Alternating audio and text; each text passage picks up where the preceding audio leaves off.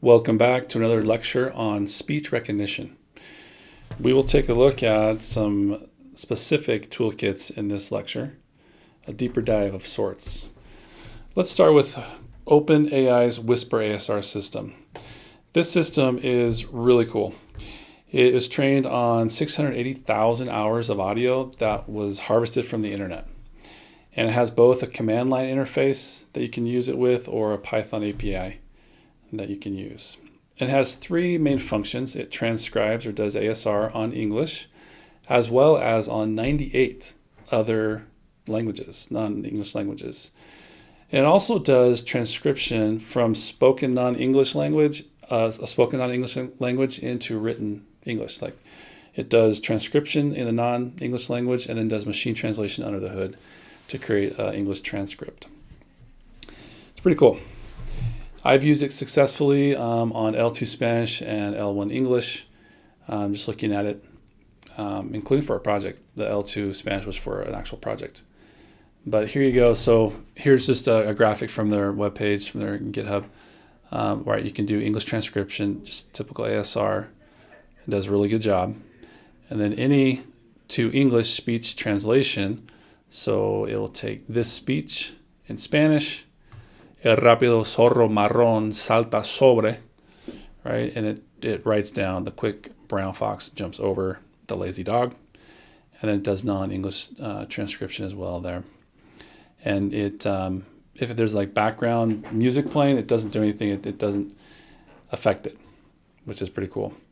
Anyway, here's a diagram, two diagrams of kind of the internals of the system, right? You have some MEL log spectrogram going through the process of going from a speech signal, a waveform, down into, as we saw, the different steps that go into creating some type of numeric representation of the sounds, right? Anyway, we won't go through the details here, but we have an encoder blocks here, transformer encoder blocks, and we have cross attention here. This is deep in the bowels of the machine learning model. And here's another view pulled from this website here. Let's take a look. So their blog post introduced this somewhat recently here. And they have a little audio here that you can look at. This is the Micro Machine Man presenting the most miniature motorcade of Micro Machines. Each one has... Oh, I know why. Let me change this on the fly over here. Let me go here to sound. Output should be these speakers right here. Dramatic details, terrific trim, precision paint jobs, plus incredible Micro Machine pocket playsets. There's a police station, fire station, restaurant, service station, and more. Perfect pocket portables to take any place. And there are many miniature playsets to play with, and each one comes with its own special edition Micro Machine vehicle and fun, fantastic features that miraculously move. Anyway, it's astounding that it's getting that, that speed talking. Here's some K-pop.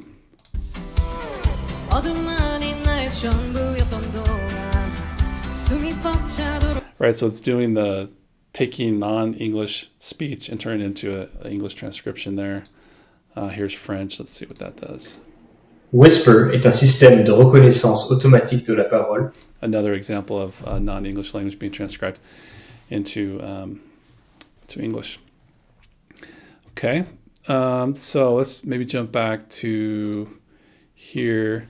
Here's the code on GitHub you can take a look at, and they have links to the various things I've linked to in my own slideshow. Here's the graphic I pulled. Anyway, we can take a look. Here's the setup. There's some steps here to get it set up correctly. And by the way, I could not make it work with Python 3.11. At time of recording, I could not make it work with Python 3.11. I had to get Python 10 to make it work. Little note there. Good. They have different models, different size models. Okay. Let me zoom in a bit on this screen like this. But you can see that the relative speed obviously goes down the bigger the model you use. And so the idea is here, if you can get away with a lower, smaller model, then you probably should, because it'll be quicker to do the ASR. Anyway, I'll let you read through here all these languages, kind of big European languages, obviously, as well as kind of less common languages, Czech's in there, Arabic's in there, Chinese. Anyway, a lot of languages here. Here's a command line usage. You can just pass in several audio files at once, and it will create 3 files per audio file: text file, an SRT file, and a VTT file, which are subtitle files. And you can specify the language and what the task is. And then here's the Python usage examples down here. So maybe we should do a demo. Let me do a demo here. Let's go back up. Let me exit out of here and go over and do some demo stuff for you. Let me grab this. So here, let's see, I have just this code here, my lines 1 through 8. Let me zoom in a bit on this. My lines 1 through 8 is all the code you need to do this. So I just change directories into my downloads. I'm gonna load up the small model, and then I will first do some English. Let me just play that English for you real quick. Let me grab my viewer and put it over here. So this is, I did this earlier, but let me play for you. I love, this is what I have. I recorded this before the video. I love learning how computers can be used to analyze human languages. Awesome. So I will first use the Python API. I'll just let this go, save my work and let it go. And it'll take a couple seconds here to get loaded up. And it gave me a little warning message, but that wasn't an error message. And then down here is the actual transcription. I love learning how computers can be used to analyze human languages. Looks good. It's got the punctuation there, nice. Uppercase I, looks pretty good. Let me show you the command line interface with that. So if I just come down here and say whisper, after I did all the setup to do this, right, and I'm currently in my downloads, I believe. Yeah, I'm in my downloads right there. Awesome. If I do whisper, and then I love MP3, and I say, hey, this language, you don't have to because the default is English, but you could say the language, and if you wanted to use a different model, you could say so. If I let this go, what did I do wrong? Let me just use a small model. I know I have that one downloaded. Let me just let that work on the small model.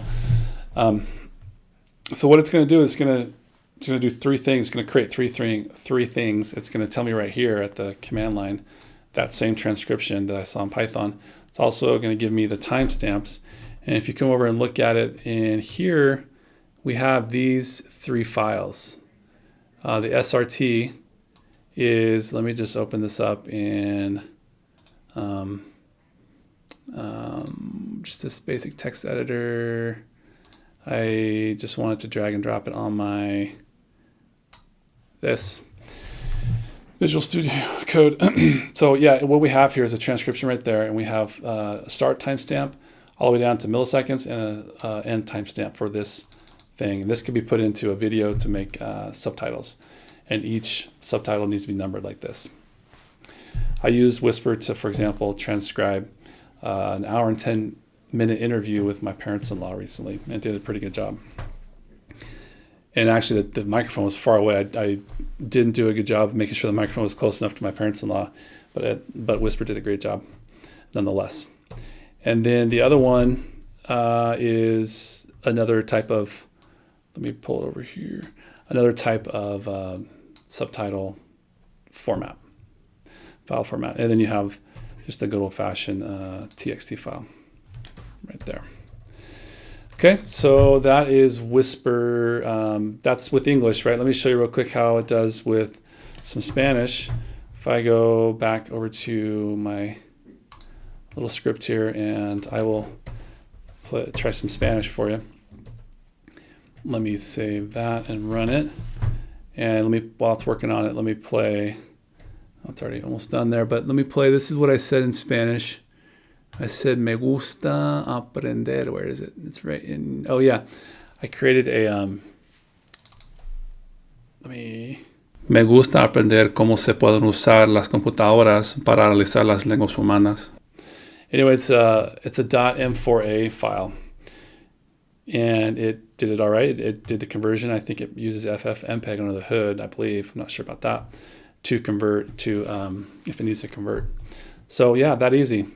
And let me show you what there is, the transcript right there in Python.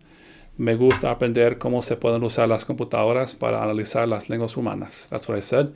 Did a great job. It's got punctuation. It's got the accent right there correctly. Capitalization there. Again, let me just show you a quick demo of doing this at the command line. Again, it's whisper. And then me gusta.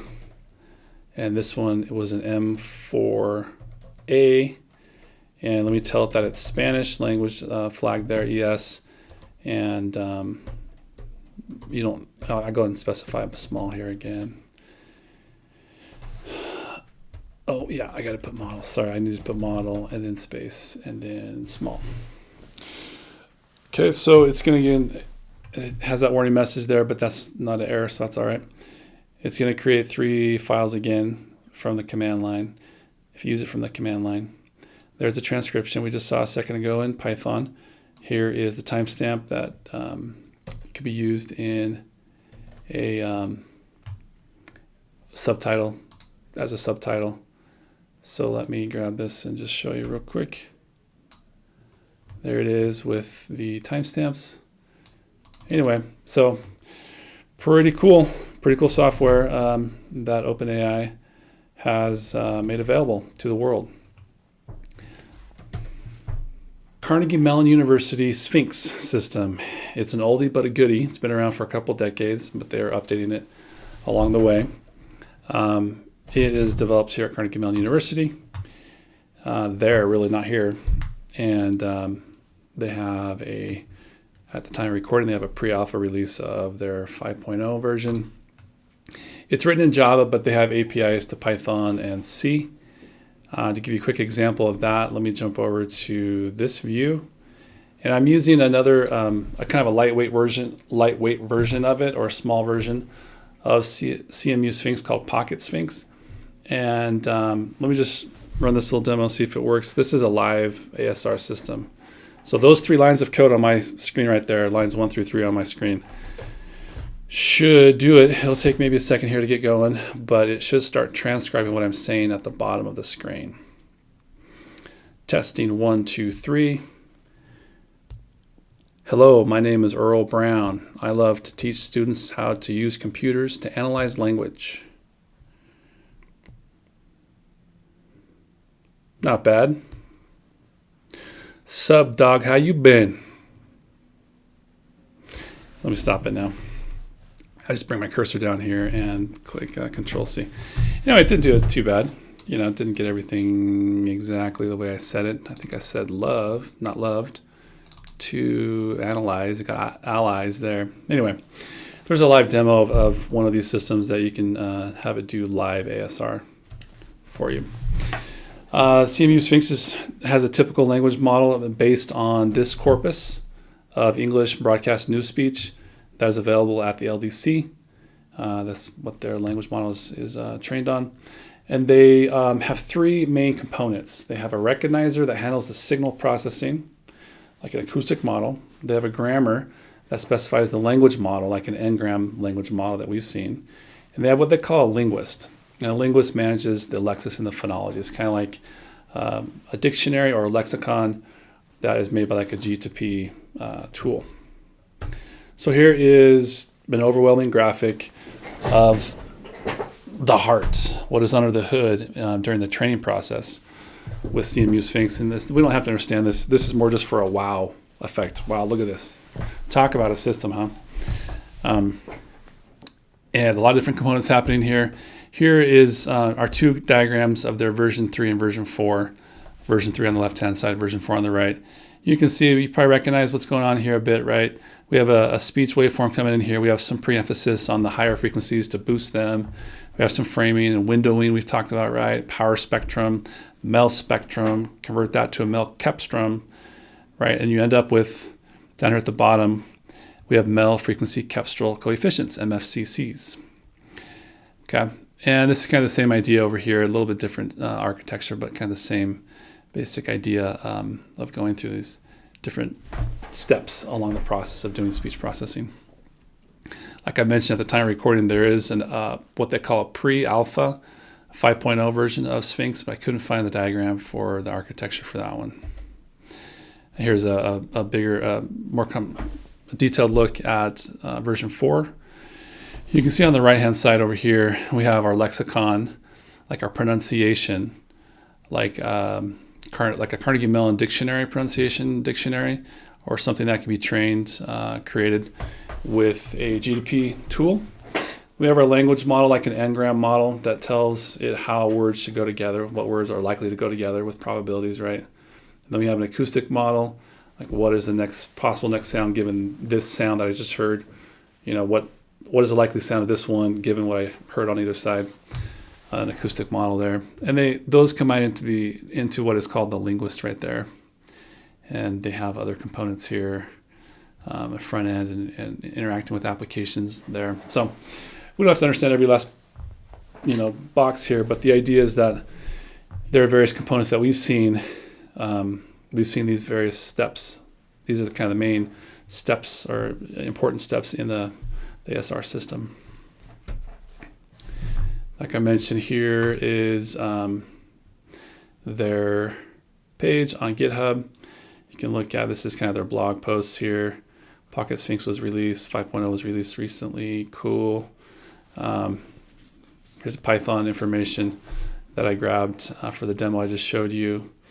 And here is their C API if you want to knock yourself out with some C code there. Tutorials, quite a few tutorials here. Okay, or quite a few steps in this tutorial. If you want to see older versions, you can click on, you can get here to older versions on SourceForge. Like I mentioned, there's an acoustic model, a language model, n-gram, and what's called a dictionary or lexicon that maps orthography to some phonemic or phonetic representation in usually ARPAbet. Optional grammar, and there are lots of models available, for example, at VoiceForge. I'll show you later in this presentation some examples. But you can use Sphinx in Java with Maven here, Maven dependencies if you know Java and want to use the Eclipse IDE. Okay, so to train a new acoustic model is an onerous process. It's a long process. You can just use an existing model where possible.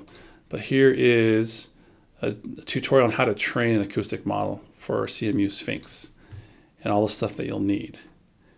And it is a big tutorial because it takes a lot of training data and a lot of time to do to train up a new acoustic model.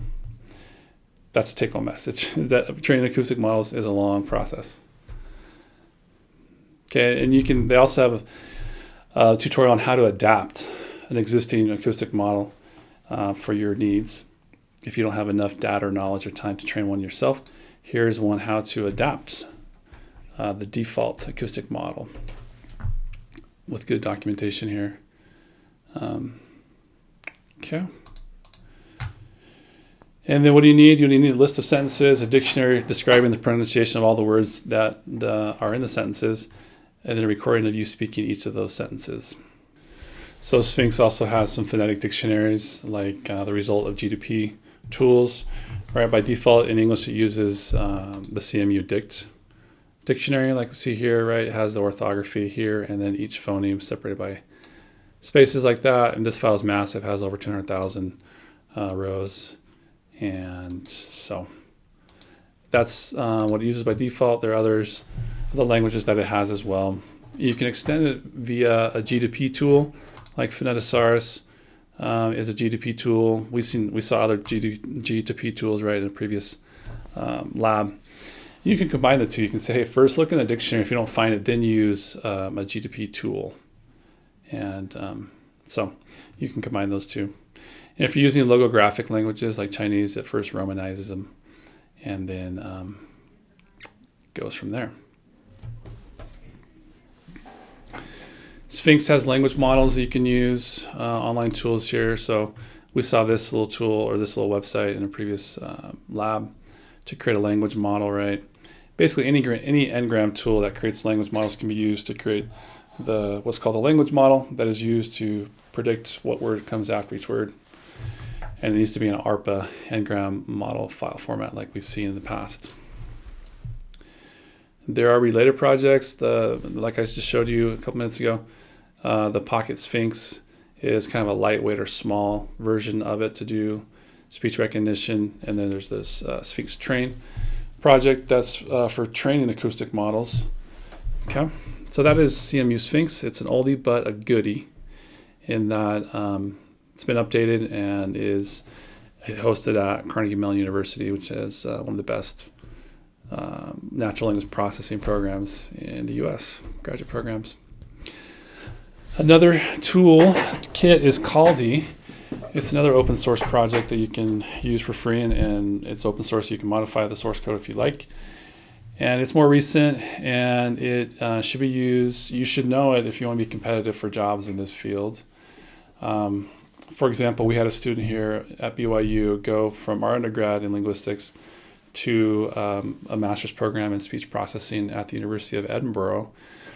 And he mentioned to me that when he was applying for jobs, he had to, for a job in Paris that he actually got, he had to build a Caldi ASR system for like the job interview or submit that as part of his job application. So it's an important one as well. Here's a short history. I kind of have some of it here. I started in 2009 at Johns Hopkins University in Maryland, and is still back there, being kind of maintained by the Center for Language and Speech Processing at Johns Hopkins University here. So that is Caldi. And a typical Caldi pipeline is kind of similar to what we've seen, right? We have speech input, and we have MFCC or MEL frequency Kepstrom coefficients coming out right through the steps that we saw previously. We have this CMVN step, which stands for Kepstrom Mean Invariance Normalization. Is a computationally efficient normalization technique for robust speech recognition. The performance of CMVN is known to degrade for short utterances. Cool. Well, that's not good. Good. Kepstrom normalization has been effective in the CMU Sphinx for maintaining a high level of recognition accuracy over a wide variety of acoustical environments. Anyway, so again, it's just kind of these steps that go into the process to actually go from speech to text. Here's a hidden Markov model decoder, right, with a Gaussian mixture model going on there. Again, you don't need to know the details, but it's important just to recognize that these steps are happening. Good. And probably the biggest selling point, if there's a selling point for freeware, is that Caldi has a bunch of recipes. It comes with prepackaged recipes that you can use. And if you have some task you need to do that has a recipe, you can just use it right out of the box. Or perhaps you have a task that's close to one of the recipes, you can modify the recipe to make it do what you need it to do. That's a big selling point for Caldi is these prepackaged kind of what they call recipes.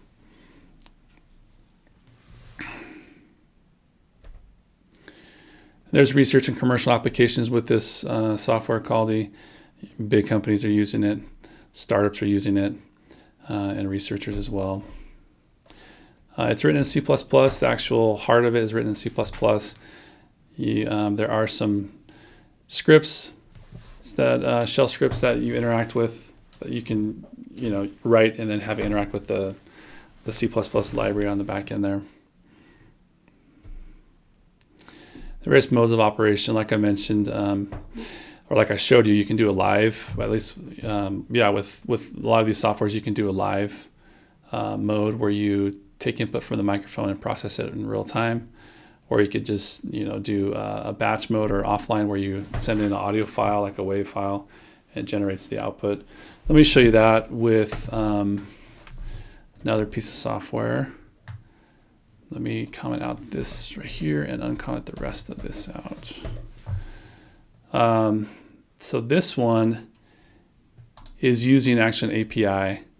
So let me play for you real quick this little snippet, this little audio. So here's a little audio. Testing 1, 2, 3, 4. This is your host, Earl Care Brown. We are talking about speech processing. Anyway, that's me having a little fun with my recording. And so that is my downloads. And so I'm just going to let this run and let's see what it does. Save my work, run it. This is Python, right? I'm using a speech recognition Python module that actually uses APIs. So down here in the bottom part of my screen, it did that. And so what we just heard, it thought was this at a 93% confidence. It didn't get my middle name, Kjær. My middle name is Kjar. It's a Danish last name. It's my great-great-grandfather came from Denmark to the U.S. Anyway, it didn't get that, but that's not surprising. Kjar is not a common name in English, right? It said tested rather than testing. This is your host, Earl Care Brown. We are talking about speech processing. So it did a pretty good job there. It has alternatives here, in Arabic numerals rather than Romanized words. Kara rather than with a K rather than C. Anyway, there's Kjær. Oral. So that's one where I just gave it an audio file. And the first thing I had to do was change from MP3 to WAV, and then pass that WAV into this recognizer, and it went out to Google. It went to use an API. I just got to Google to have Google do it, and then brought it back into Python. So that is another little demo of using an API version of an ASR system. Okay. Model repositories. So getting access to the models is awesome because the hard work of creating an ASR system has been done by someone else. And so let's take a look at some of these models. So Sphinx, you can get access to Sphinx models here, audio data, open source models, dictionaries, language models, acoustic model trainer. CMU has made available the AN4 database. Great. Open source models. VoxForge builds a free acoustic database. Oh, that link's not working. Dictionary, language models, acoustic trainers. Okay. Kaldi has a list of their open source models here. Mandarin. Here's a Mandarin ASR system developed at Data Tang in Beijing. Here's an English ASR model trained on Libre speech, 960 hours. This one's trained on Giga speech. So they have some free models sitting right here that you can grab. Julius is another ASR system. Let me just back up to Julius. Is made in Japan and is an open source, large vocabulary, continuous speech recognition engine. High performance, small footprint, large vocabulary, continuous speech recognition model or software toolkit. Anyway, they have a section on their models down here, download, good, about the models. And they have English models as well as Polish. Here, Julius models there. The VoxForge project is an open speech data set that has collected transcribed speech for use with free and open source speech recognition engines. So there's just a bunch of data sitting here that you can grab as well. Google, yeah. Do they make available their full models? Anyway, they have a description of their models right in here. Selected the transcription model. Like I mentioned, VoxForge has data and models there for 20 languages. There are a wide array of file formats, so being able to handle those formats and massage them into the format you may need for the system you're trying to use their model on might be a pre-processing task. Hugging Face is quickly growing. You may not know, if you don't know, Hugging Face is a very quickly growing repository for IA models, for machine learning models in general, including a lot of natural language processing tasks, including ASR. So let's take a look here. And they have a page about automated speech recognition, right? We know what that is, also called speech to text, right? They have some good documentation here about use cases, what you would use these for, right? Good. Multilingual ASR, awesome. The hub, Hugging Face Hub, contains over 500 ASR models. Whoa, you can use right away to try out with whatever. So here is Hugging Face and their models for ASR systems. You can see on the left-hand side, you have different things that, different models that are available that do different tasks. And down under audio, you have automated speech recognition. And you can sort things by most downloads like it is right now. And so the most downloaded ASR model is Facebook's Wave to Vec 2 large, 960 hours, probably Libre speech. Has 1.3 million downloads. Or you could change it to most likes. And unsurprisingly to me, is OpenAI's Whisper large model, sitting right there with the most likes. That is not surprising to me. Whisper is really, really good. Or recently updated models. So that is a huge repository of models just sitting there. ASR models sitting there waiting to be used freely. Okay. There are also different models that can be trained for different specialized applications like lie detection or emotion recognition. So here at BYU, there's a recent dissertation. How many ways can you vocalize emotion? Introducing an audio corpus of acted emotion. Okay. And we have emotion recognition from facial expressions has been thoroughly explored and explained through decades of research, but emotion recognition from vocal expressions has not, or has yet to be fully explained. So this student has recordings from 131 subjects, and the next link I have there is to the actual data set. The student just made available the whole corpus, vocal emotion corpus data, and a lot of wave files, recorded at good quality audio, good sampling rate, good. Down here you can get the actual audio, 6 gigabyte file there, another 6 gigabyte, was that 6 gigabytes? 637 megabyte file there, etc. So yeah, a lot out there. You can just, I have links here on my slides, or you can just search for ASR models, language models, acoustic models, etc. So the next lab is to do a tutorial in Python and to use Google's speech recognizer API and to process an input file and do some filtering of ambient noise and do a live mode where you're actually speaking to the microphone, it's transcribing as you're speaking, and also to work with a very simple interactive speech game. Okay, so that brings us to an end of this short video about ASR models.